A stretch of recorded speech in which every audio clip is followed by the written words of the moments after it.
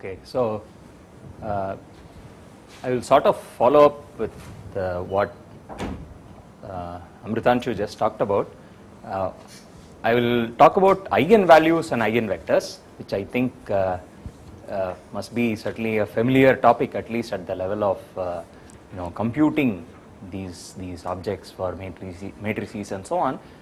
What I have in mind is to maybe talk about some applications and places where they come up in a natural way. So please feel free to interrupt me as many times as necessary and ask me to slow down or repeat and things like that. So let's just start with recalling this by example. So what I want to talk about is eigenvalues and eigenvectors.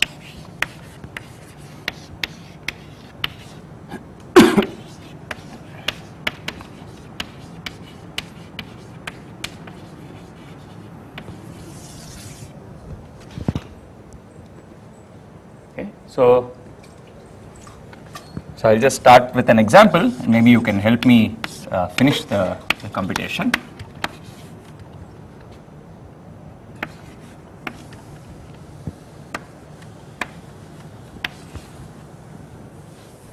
So suppose I have a matrix 2 cross 2 given by this, and I want to compute its eigenvalues and eigenvectors. Okay. So what do I do? How do I start doing this? What? Determinant of this minus lambda I. Okay, fine. So determinant of, so we start out by doing this. We compute determinant of A minus lambda times the identity. So which in this case is 2 minus lambda 1. And the equation we want to solve is this equal to 0. Right? So solving this equation will give us two values of lambda, which we call the eigenvalues, right? Okay, so maybe just before we actually finish the calculation, so what is it that determinant being 0, what does it imply? What does it tell you about the resulting matrix? Suppose lambda is an eigenvalue, right? Say lambda is 1 is an eigenvalue. Then if I calculate the matrix A minus lambda times identity, A times A minus identity for example, then what can I say about that matrix? It is? Yes? It is? No, I can't hear you too. It is singular. Yes, that's the word I was looking for. It's not invertible, right? So essentially your condition here is you're trying to find values of lambda which will make this singular, which will make this non-invertible, right? So that is the point. Okay, so let's actually do the calculation. Determinant is 2 minus lambda, 3 minus lambda, minus 1 into 2. So that's lambda square minus 5 lambda plus 6 minus 2. So that's lambda minus 1 into lambda minus 4. So this is, so lambda is 1 or 4. So those are the two eigenvalues in this case. And we must then find the corresponding eigenvectors, right? So which is, so for example, if we take lambda equal to 1, so what do? We look at A minus lambda times identity. So lambda is 1 times identity, right? So eigenvector by definition is something which satisfies Ax is lambda x, or in other words, A minus lambda times identity should kill that vector x, right? So we are finding vectors which are in the null space of A minus lambda times identity. So let's solve this equation. So we must solve this equation. So we have A minus 1 times identity times x is 0. So that is, let's plug in 1. So we have 2 minus 1 times x. So let's call x as x1, x2 is 0. So I must solve, I get two equations now. I need to solve for x1 and x2. The two equations are x1 plus x2 is 0, and well, it's the same equation again. right? And this is how it always is, because it's a singular matrix.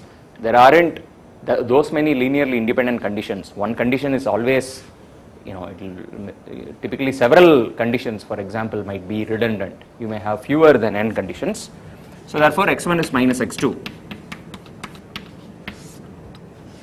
Right? So there are several solutions. So we pick, we can pick any one. Right? So for example, here we can take x2 is 1, or whatever, x1 is 1, and we get 1 comma minus 1. So that is the eigenvector corresponding to this eigenvalue. Right? Now let's do the same thing for 4. We will find out what the eigenvector is. So we have a minus 4 times identity times x is 0. So I have 2 minus 4 is minus 2 minus 1 1 2 times x is 0. So by the same token, what should x be? So I have minus 2x1 plus x2 is 0. So I can take 1 comma 2. Okay. So I found two eigenvalues, 1 and 4, for these two eigenvectors. Right. So this procedure, I'm sure, is familiar. Right? This is how we do this. Okay. So why do we do this? What in your mind are reasons for wanting to find eigenvalues and eigenvectors for matrices?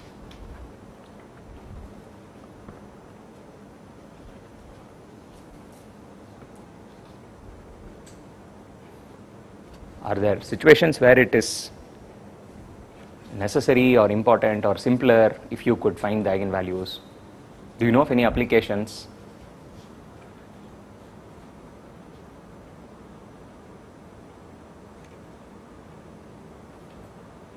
So why do we find eigenvalues and eigenvectors? That's really the question. A represents a transformation. Right. Transformation. Yes. So if you take a vector, we are looking at those vectors, so which are transformed by A into constant multiple of itself. Absolutely right. Yes. So the geometric content of what it means to do eigenvalues and eigenvectors is the following. You can think of a matrix as representing a linear transformation. So for example, if I have a 2 cross 2 matrix, then you should think of it as a linear transformation which, for example, maps the plane R2 to itself. Right? So a linear transformation is a strange object, can do all kinds of things to the plane. For example, it can rotate by something, it can scale vectors, right? It can sort of multiply everything by some constant, or it can reflect, it can do several things to the plane. It can deform it in some strange way, I mean in a linear way still. And so for example, if you take, say, a square, say the square of size 1, 1 cross 1 square with one side as the origin, then under this, say under a linear transformation, what kind of object does it become? Can it become a circle, for example? Can this boundary become a circle? No. Again a square, that's one possibility. More generally, what else? Parallelogram, right? So that's probably where the geometric definition of determinants comes in. So this square is always transformed into a parallelogram. Okay, so these two sides will become some two parallel sides. The other two sides can become this. So this is sort of a snapshot of what the linear transformation does to one particular object, but that's kind of representative of what it does to everything. So this square transforms into funny shape. It need not even be in the first quadrant, it can be in some other quadrant also. It can also be rotated by some larger angle. So you can think of this as what the square does. As what the linear transformation does. It takes this fellow, it sort of increases its area in some way, it deforms the two sides, it changes the angle between the two sides, and it rotates the whole thing by some angle. Right? These are all the things it does, and this area of this guy relative to that is the absolute value of the determinant. Right? For example, that's where determinants come in this context. So what do eigenvalues and eigenvectors mean? So it says we want to understand this somewhat complicated transformation in the following sense. We want, for example, this is what a general transformation will do, but the transformations that are nice are the ones which map, say here's the square, it doesn't change the angle between these two things. So it maps this square back to some rectangle which is again like this. So it changes one side by some proportion, it changes the other side by some proportion. For example, it can multiply this side by a factor of 5 and it can shrink this side by, say, by a factor of half. Okay? So if these kinds of transformations where this square is mapped to just the two sides still are getting mapped to the same two sides. X-axis maps to x-axis, y-axis maps to y-axis. The only thing that is changing is some stretching or contraction, some factor is different. Okay? So these are sort of our, these are, let's say, the simple linear transformation. They are the simpler ones. They are the simpler linear transformations. In some sense, they are simpler to understand because the x-axis and y-axis, the two axes, are sort of just getting mapped to themselves but with some scale factor. These are the more complicated ones because they are doing all kinds of things to that square, right? Taking it to some funny parallelogram and also with some scale factor. So the idea with eigenvalues, eigenvectors is the following. This is the most general linear transformation. We want to somehow understand these fellows by somehow reducing it to such simpler transformations. Okay, so this is a general linear transformation. Looks like this, but given one such fellow, given a general linear transformation, we want to somehow convert it into a linear transformation which looks like this. Okay, so we want to make this picture look like that, and that conversion procedure is exactly what eigenvalues and eigenvectors will do.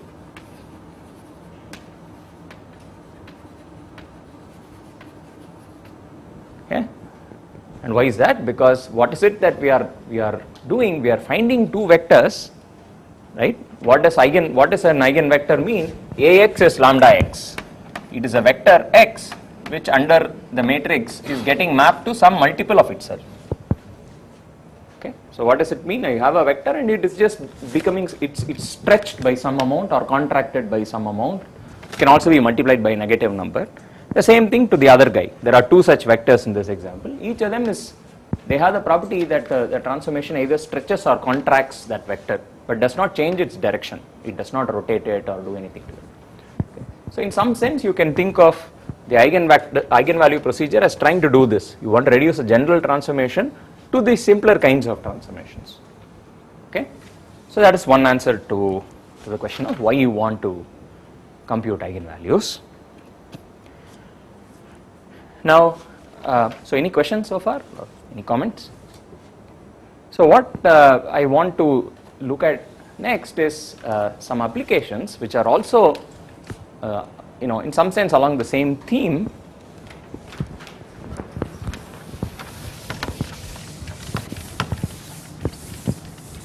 Which also provides a second answer to the question of why you want to compute eigenvalues and eigenvectors. Okay, and this example is in the context of differential equations. So ordinary differential equations, which I think Professor Kesavan probably talked about this morning.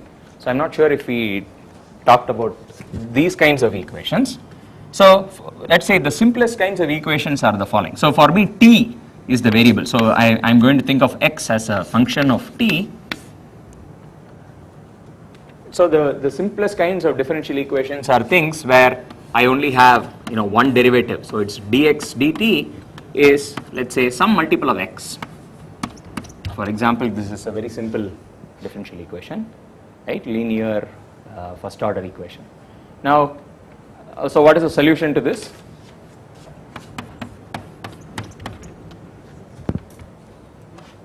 E to the 2t, right? Of course, times some possible constant in front, which you can determine from initial conditions. So that's the solution to this differential equation. Now, let's make this a little more complicated. Instead of one function of t, I have two functions of t. And instead of one equation, therefore, I need two equations. One which tells me what the derivative of x1 is, another which tells me what derivative of x2 is. And let's say my equations look like this. dx1 dt is 2x1, dx2 dt is 3x2. Okay, so such a thing is what you would call a system of equations, right? There are two functions which are unknowns, and there are two equations for those two guys. So here's a system of equations. So what is the solution to this system of equations? What is x1? Some constant times e to the 2t. x2, well, it is some other constant times e to the 3t, right?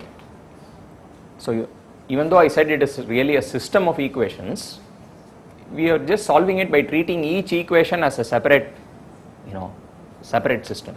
So this is, so I don't know if this terminology is known, this is what you might call an uncoupled system of equations. Okay, here are two equations, but in some sense they are not coupled to each other.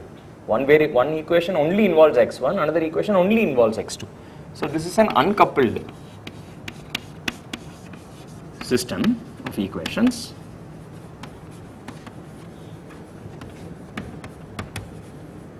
And those are very easy to solve because you just solve the usual one variable equation. Okay, but what is interesting is to solve coupled systems of equations, and they occur all the time. So what is a coupled system? Let's take an example.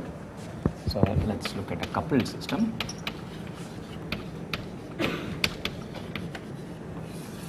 So for example, I can take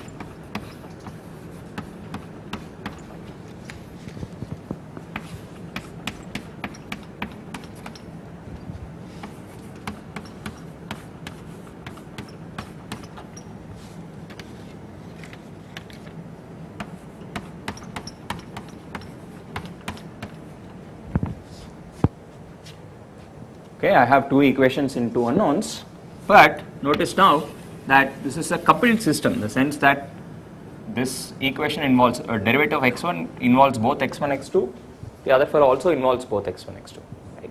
And let's say I am given some initial conditions. So with some initial conditions, okay, so whatever, let's say x1 at 0 is something, I mean this doesn't matter, I can choose any numbers I want. So try and solve this equation, that would be our question.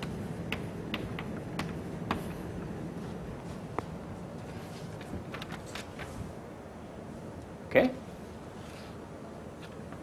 So here's one possible way of proceeding.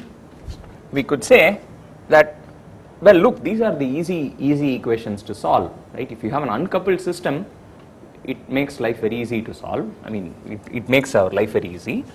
So let's try and do the following. Let's take this coupled system of equations and somehow try to uncouple them. Okay. So what I'm wanting to do is to try and uncouple these equations. Okay. What does it mean to uncouple these equations?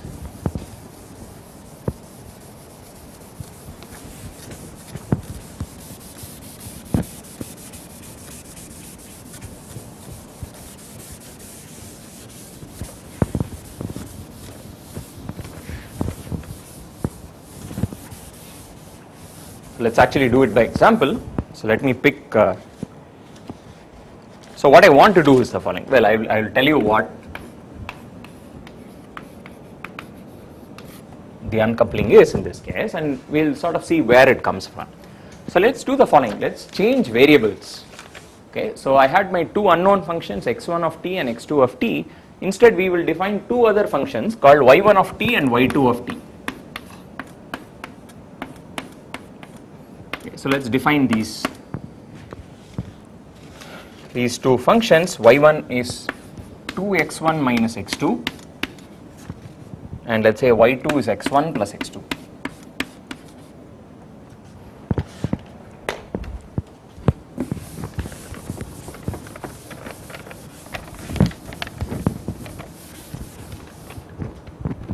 Okay. So let's try and see what are the equations obeyed by y1 and y2. Okay, so what is dy1 dt and what is dy2 dt? Okay, I want to find the equations for my new variables. So let's do this. What is dy1 by dt?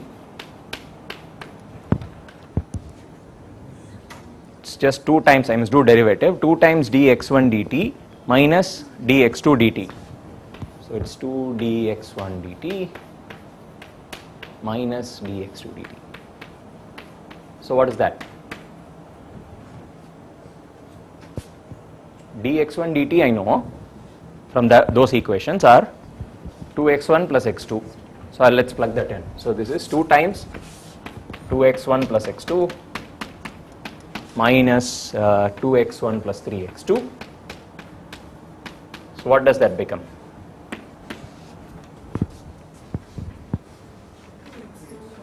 Two x1,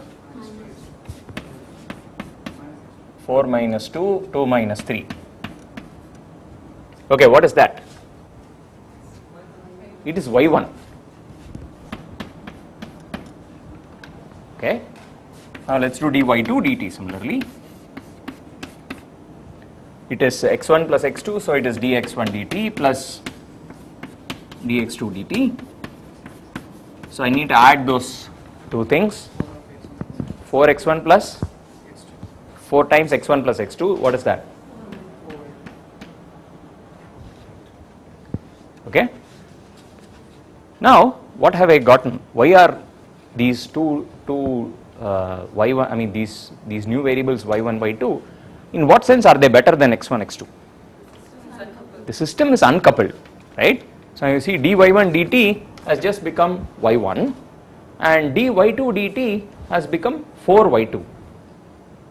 Okay, so I now have a new system of equations. So let's write dy1 dt is y1.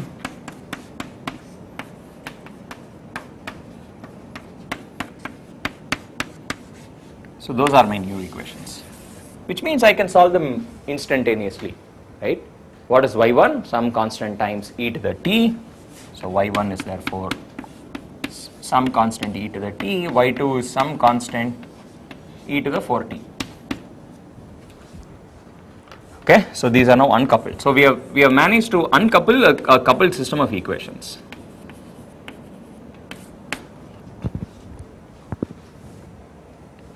This is fine.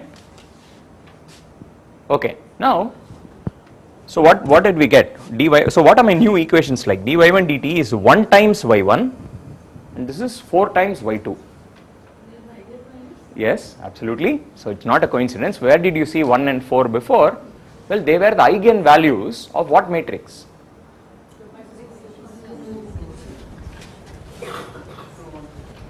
Two, 1, 2, 3. Right? So it's not a coincidence. So it seems that the example I started out with, the matrix 2, 1, 2, 3, which are the coefficients of, so I've written a coupled system, therefore there are 4 coefficients, right? 2, 1, 2, 3. So you form a matrix out of these two, 2, 1, 2, 3, that's the matrix. And when you uncouple this system of equations, it ended up giving you 2 numbers here in front of y1 and y2. They are exactly the eigen values of this matrix. Okay. At the moment we are just making an empirical observation from this particular example, right? But it turns out that this is actually a general phenomenon. Okay, and so therefore, I mean I will say more about this, but now here is another answer to the question of why you want to compute eigenvalues and eigenvectors, because what you often end up with are coupled systems of linear equations. You know, when you want to do when you actually want to work with real life systems or situations like that, you will almost invariably get coupled systems. Now when you try and uncouple them, what you end up having to do is really find eigenvalues and eigenvectors of the coefficient matrix. So eigenvalues, eigenvectors give you a way of uncoupling a coupled system of equations. That's the moral of this this example. The choice of y1 and y2, are they related to eigenvectors? Absolutely. So that is also correct. So and these things here, so how did I choose y1 and y2? Well, it will turn out that these coefficients 2, minus 1, 1, 1 are also related to the eigenvectors corresponding to those eigenvalues, right? So I will explain this in just a minute. So let us see, how did we guess the y1, y2?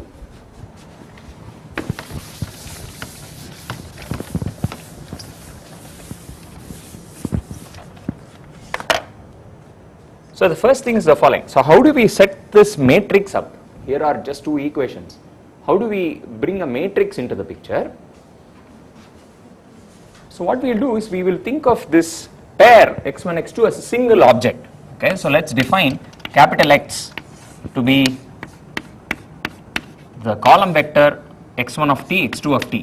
So it's again a function of t, but it's a vector valued function of t. So you should think of x of t, it's a function of t, but the value is a vector. Right? At every t it is a vector, column vector of size 2.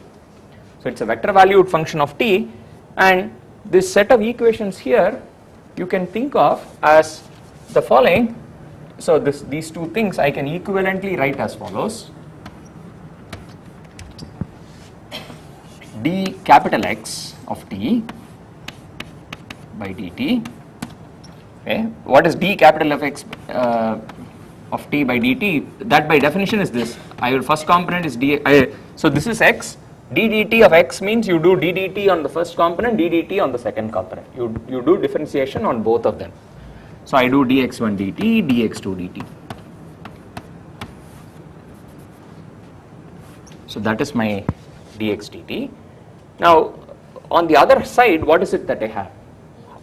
It is ax, right? So observe 2x1 plus this etc. is what I will get if I take a and I multiply it by x1, x2. So therefore my equation can be written like this. It is d capital X by dt is the matrix A times X.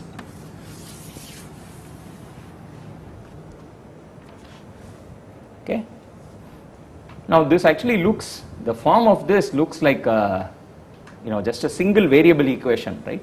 See, if instead of a vector I had just one function, then dx dt would just equals, and if A is a number, this is like our usual uncoupled system, like d small x by dt is 2x. It looks a lot like that, except the number 2 or constant in front has now become a 2 cross 2 matrix, and x is not a single function, it's actually a shorthand for two functions. So even though it looks very much like that, it's so I mean, let me say this a little more. If this equation here looks like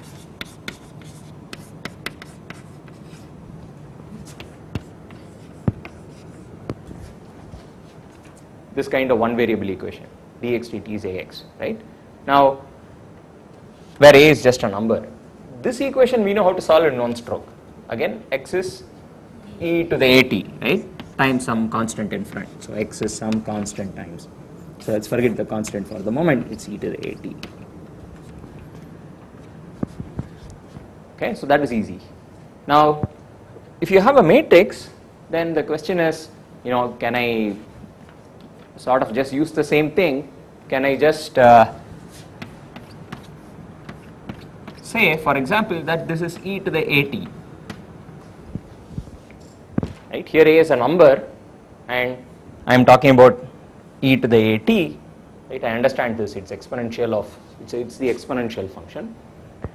So here I'll put this within quotes. This is what I would like to say, x is e to the at, because the form of the equation looks very similar, right? So this would be, of course, the best thing to have, right? Is this familiar at all? Has anybody seen such a quantity before? No. Okay. So observe, why is this an unfamiliar quantity? You are taking E and raising it. What is on top is a matrix. A is a 2 cross 2 matrix. A T will just mean you put T everywhere. 2T, T, 2T, 3T. That's a 2 cross 2 matrix. And what you want to do is to exponentiate a matrix. Okay? You want to say E power some matrix. Okay? So I'm not going to talk too much about this, but it turns out this is actually correct. It turns out that one can exponentiate matrices. Okay? So this is actually possible, and this also gives you a solution to this system of equations. Here is a way of solving this system of equations. You take the coefficient matrix and you exponentiate it. Okay? Now whatever that means, and if you can do it, you still get a solution. Okay? Now just one last thing I'll say about exponentiating matrices. How would one possibly define such an object? How can you define the exponential of a matrix? We understand exponential of a number, right? Or do we? What is exponential of x, or what is exponential of t? How is it defined?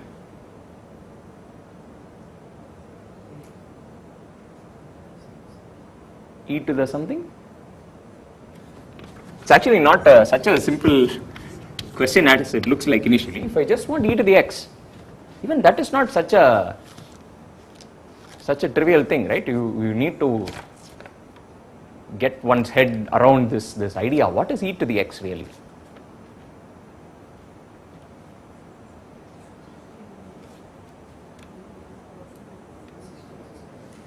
Yeah? It is a series. That's the thing. That's more or less the only definition we have, right? So of course after that we sort of look at the various properties of e to the x, and it's now so familiar that we don't really go back and think about it as what is it, what was it actually defined as. But the only definition we have is as a series really. That's the sort of the primordial definition. It is 1 plus x by 1 factorial, x square by 2 factorial, and so on. Correct? So if I give you a number and ask you to calculate e power x using this definition, all you should be able to do is to find out what is x power 1, you should be able to square, you should be able to cube, and so on. You should be able to calculate every power of x. If you are able to do that, you can calculate e power x, there is no problem at all, right? By the same token, if you wanted to calculate e power some matrix, okay, how would you define it? Well, there is only one obvious thing to do. You define e power a matrix. Say, if I want to define e power a, I will say this is, instead of 1, I will put the identity matrix. Remember, my answer should be a matrix now. Now, instead of x, I will put, x is a here, a by 1 factorial, a square by 2 factorial, a cube by 3 factorial, and so on. Now, what is a square, a cubed, and so on? Do those things make sense? Given a matrix, they are all matrices, right? Square, cube, power 4, everything is a matrix. We know how to calculate powers of matrices. It's not as easy as calculating powers of numbers, right? Because you must do multiplication of a 2 cross 2 matrix with itself to calculate a square. So there are several multiplication. You must keep doing row, column, and so on. So it's not a trivial thing, but well, in principle we do know how to do this. A square, a cubed, a power 4, all of them we know, right? So here is how you would define. This is the most natural way to define it. So here is in fact the definition. You say, given a matrix A, you define the exponential in this way. It is again a series, but each term of the series is a 2 cross 2 matrix, which is some power of the original matrix divided by some factorial. Okay, so you sum up this series, it will be some complicated 2 cross 2 matrix, but that is the answer. That is our definition of e power a. So here is an in principle answer to this question. It turns out that resulting series has the property that if you take its derivative, you will just get a times the original series. Right? The same way in which you prove that e power x has the same property. When you take derivative, you get back the function. How do you do it? You differentiate the series, and you see that the same, you will get back the series itself.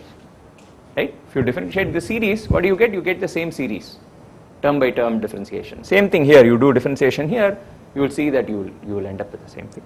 So here is one answer to this question. You can actually do it the same way in which you solve this equation. Okay, but that's not a, it's only an in principle answer, because that still doesn't help us.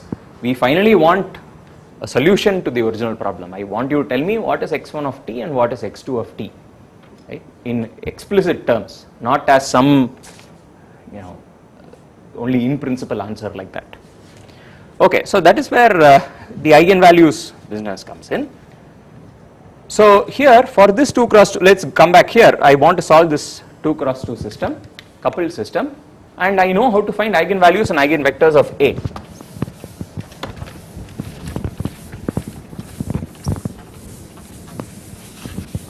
So we have actually written out the eigenvalues and eigenvectors in this case. So for A equals 2, 2, 1, 3. So what were the eigenvalues were 1 and 4, and corresponding to 1 I had, so let me do the following. Let me write the 2 eigenvalues as a diagonal matrix. Okay, 1 and 4. And what are the 2 corresponding eigenvectors for 1? So let me write those as a column matrix, as a 2 cross 2 matrix. For 1, the eigenvector we found was 1 comma 1 comma minus 1, that was the eigenvector for 1, 1 2 was the eigenvector for 4, right. So I have arranged it as a diagonal matrix consisting of the eigenvalues, 2 cross 2 matrix whose 2 columns are the 2 eigenvectors, right. So have you seen these before? P and D, I mean I use those names for a reason, right. So what does diagonalizability mean? What can you get if you get eigenvalues and eigenvectors? Using these pieces of data, how do I reconstruct my matrix A? P?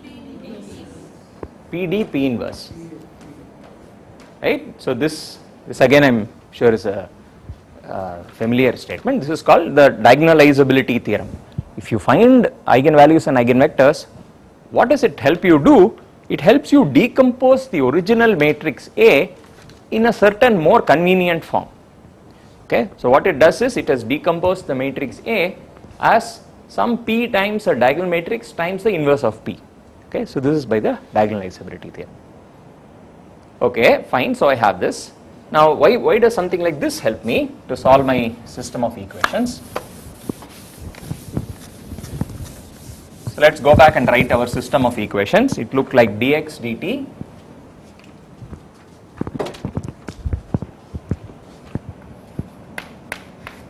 so d capital X dt is a times x, but a I am going to write as this more convenient decomposition, PD P inverse. Okay. Now what do we have? Dx dt is P times d P inverse x. Okay. Now you multiply, let's do the following. Let's multiply both sides of this equation by P inverse on the left. Okay. So let's do P inverse times dx dt is, so that this P goes away, it's d times P inverse x. Okay. Now what is here? P inverse is some 2 cross 2 matrix. Dx dt is just column vector with dx1 dx2, I mean dx1 dt dx2 dt. But this thing is the same as, so the left hand side I claim is the same as, you first do P inverse x.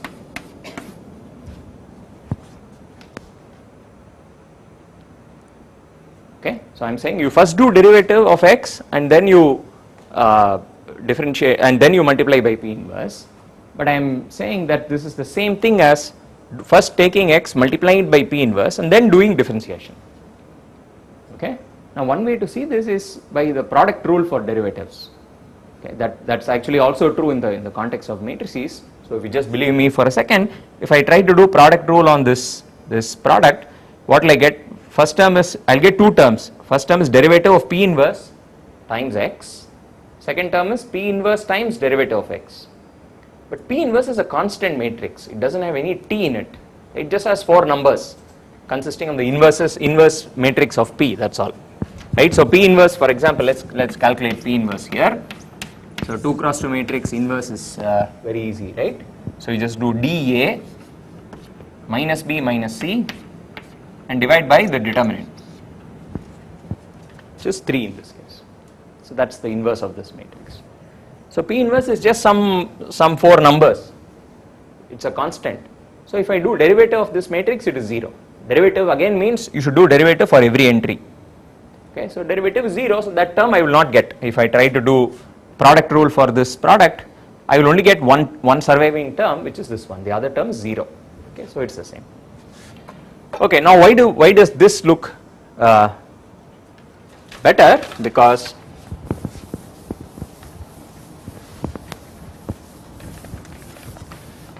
so let's now change variables. So this is the uncoupling step. So as it will become clear in a moment. What this has managed to do for us is now to produce an uncoupled system of equations. Okay, so what do I mean by that? So you look at P inverse x, it appears on both sides of my equation. So I will call that as my new vector y. So y again is 2 variables, y1, y2. Okay, so let's define y as So this is the, I mean, this is just another name for y. So I will define y as P inverse x.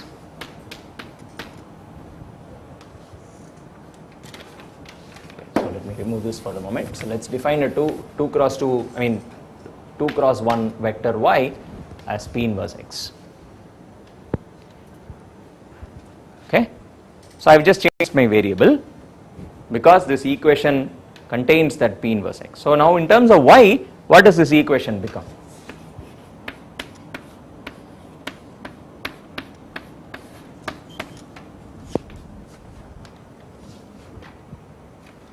Okay, my equation now becomes dy by dt equals diagonal matrix times y.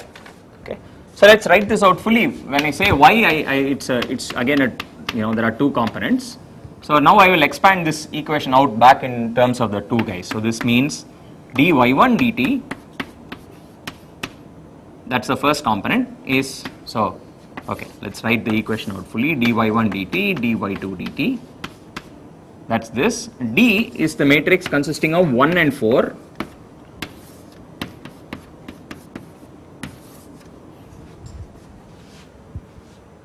Right, so d by dt is dy is what I have written. So now let's see, the right hand side is what?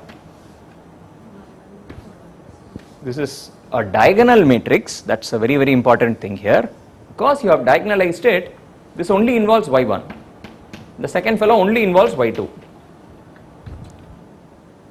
Correct? So now what is the resulting equation? It is two equations, but they are uncoupled. Right? So therefore the final set of equations looks like, so I have dy1 dt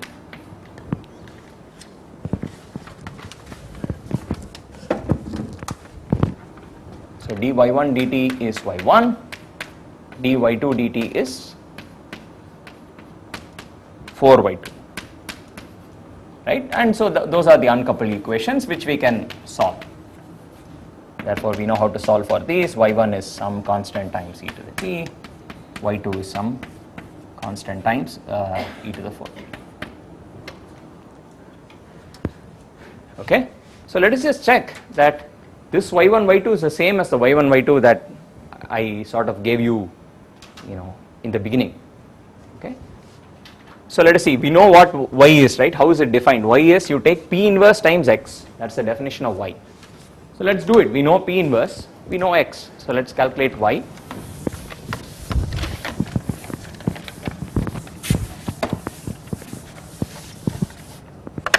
So in our case, y is P inverse times x. P inverse is 1/3 2 minus 1 1 1 times x is x1 x2. So this is 1/3. So what will I get? 2x1 minus x2. x1 plus x2. Okay, so I've just done P inverse times x, and that's my answer. So therefore, what is y1? The first component of y is 2x1 minus x2 divided by 3. y2 is x1 plus x2 divided by 3. Right? So are these the same as the y1 y2 we had initially? Almost up to the divided by 3. That's only a constant, right? So instead of this, you can always take any constant times this, and the two equations will look the same because you can always multiply. See, instead of y1, if dy1 dt is y1, instead of y1 I choose 3y1, I will still get the same equation because I will multiply both sides by 3, or same for y2, right? So it's almost the same as what we had, except it's differing by a constant, right? Okay, so so any questions on this procedure itself? So what does this tell us? Well, in this case, we started out wanting to uncouple or decouple a system of coupled equations, and I sort of gave you the y1 y2 by magic, in the beginning. In general, you can do trial and error maybe if it's a 2 cross 2 system, but imagine you had an n cross n system. You have n equations with n coupled, it's again all the x and the dx dt and so on will be a column vector of size n. A will be an n cross n matrix. Then the derivation that we did here does not need 2 cross 2, right? It works in complete generality. For any n cross n, this derivation will work. So if you have such a system, well, all you will do is, here's how you will uncouple it or decouple it. You do this process and you will get P inverse X. You define your Y as P inverse of X. Okay, how do you find that magic Y? Well, you find the eigenvector matrix P, you take its inverse and you multiply by X. Whatever you get is your Y. That is the one that's going to decouple your system of equations. Okay, so it's a process that works in general. It'll do it for any n cross n system. Okay, so any questions on?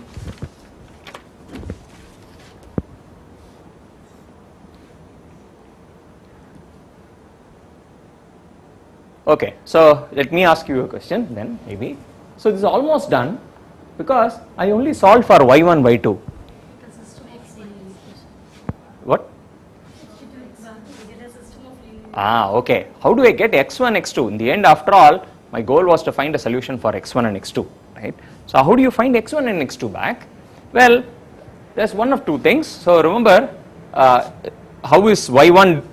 I know y1 and y2, which means y1 is, I know it is some e to the t, y2 is some e to the 4t.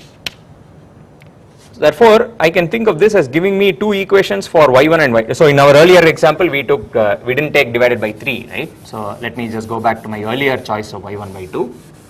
These were our y1 and y2. So we know y1 is some this fellow, y2 is this fellow, which means I have two equations in x1 and x2, just two linear equations which I can solve for x1 and x2, right? Well, that's one way of saying it, but it's actually much easier because remember, I know how to solve it, right? Y is P inverse times x, so I just multiply by P, that's all. So how do I finally find x? So the final solution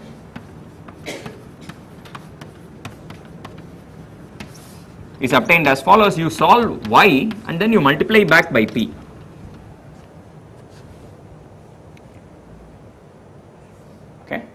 And the solution for y is actually known. What does y look like?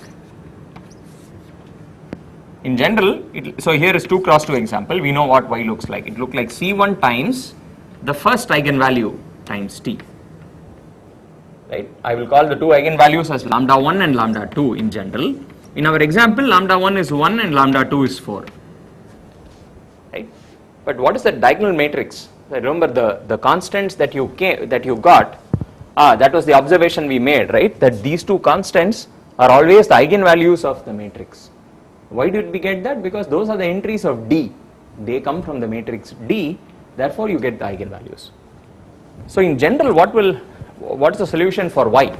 Okay, let me write this out properly.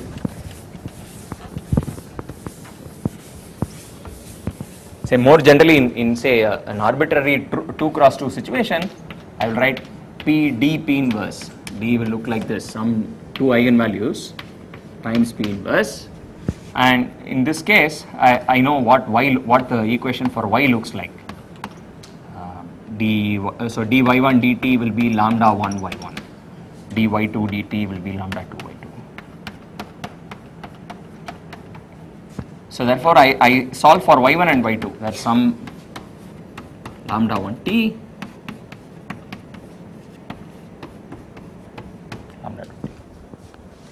Okay, so these two I solve, and then how do I come back to calculate x? X is just p times y. So P is some matrix, some 2 cross 2 matrix, some A, B, C, D, times what does y look like? Y is y1, y2. So y1 is C1 e to the lambda 1t, C2 e to the lambda 2t. Okay, so that is the form of the answer. I don't know P, of course. P is some 4 entries, there will be the eigenvectors, but from here I can at least see what the form of the answer looks like, right? Because now I will expand this out. What will I get when I multiply this matrix by that? What will the first entry look like?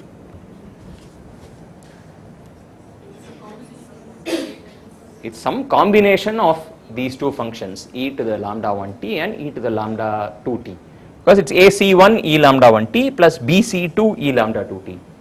The bottom is some other combination, cc1 plus dc2, right? So in general, you should always think of it as follows. It's some alpha e to the lambda 1 t, or maybe I won't use alpha. Let me call it, okay, maybe I will call it alpha. Alpha e to the lambda 1 t, beta e to the lambda 2 t, gamma e to the lambda 1 t, plus some delta e to the lambda 2 t. So that is your x1, x2.